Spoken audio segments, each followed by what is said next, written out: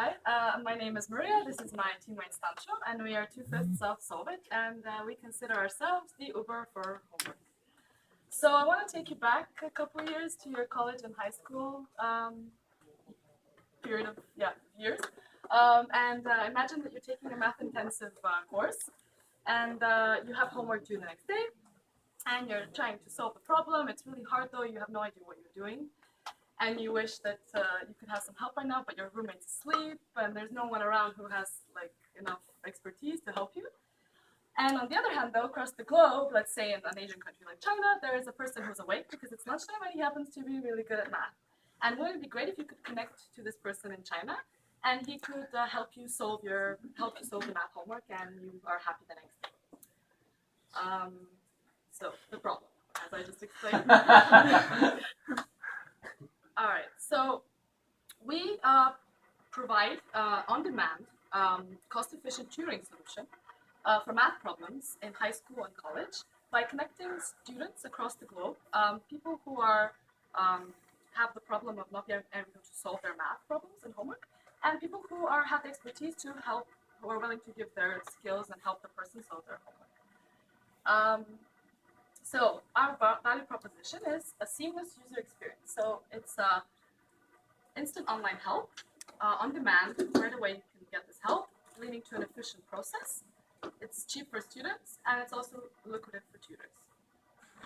So how does it work? Basically, you take something like this, a smartphone, and you snap a picture of your math problem, and this uploads to it's going to be a mobile application that you download from the store.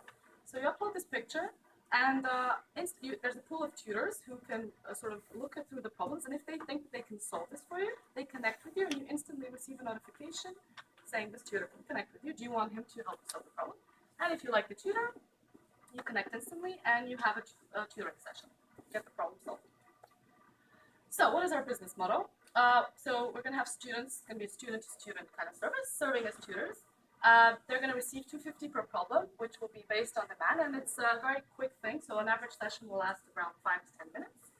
And our revenue source will be, we're going to charge 20% commission fee on the tutor income. So how do we differentiate? Because there are a lot of tutoring platforms out there.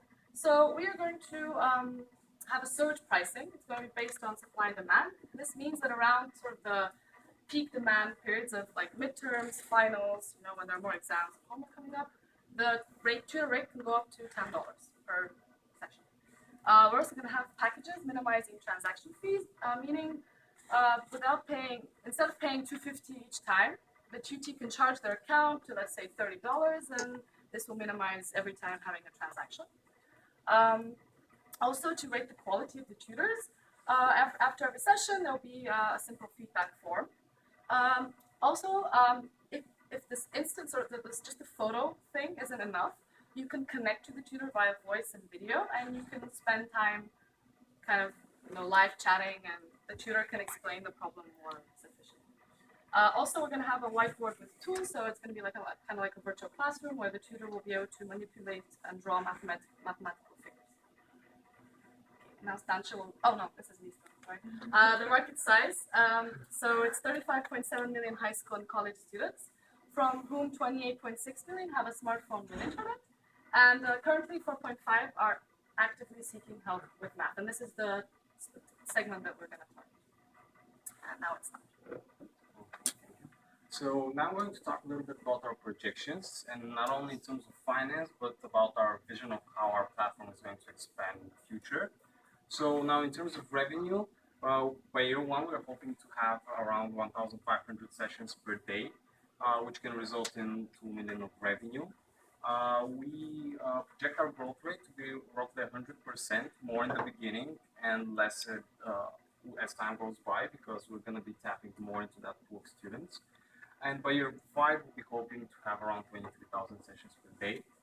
Now, in terms of services, we were thinking about having additional service as from professional tutors. So we're going to start with students teaching students, but we can also vet professional tutors who are going to be, let's say, people with more than 5 years of experience who can deliver a more pedagogical point of view and not just explain the particular homework, but actually the concepts behind it. And we are also considering expansion in terms of subjects. So we can have physics, we can have chemistry, and so on. Now, how are we going to market ourselves? So we believe Instagram, Snapchat, and Tumblr are the places where we can most directly reach our customers. But we're also going to rely on traditional social media such as Twitter and Facebook. And since we'll have an online presence, we're also going to rely on search engine optimization, AdWords, and blogs.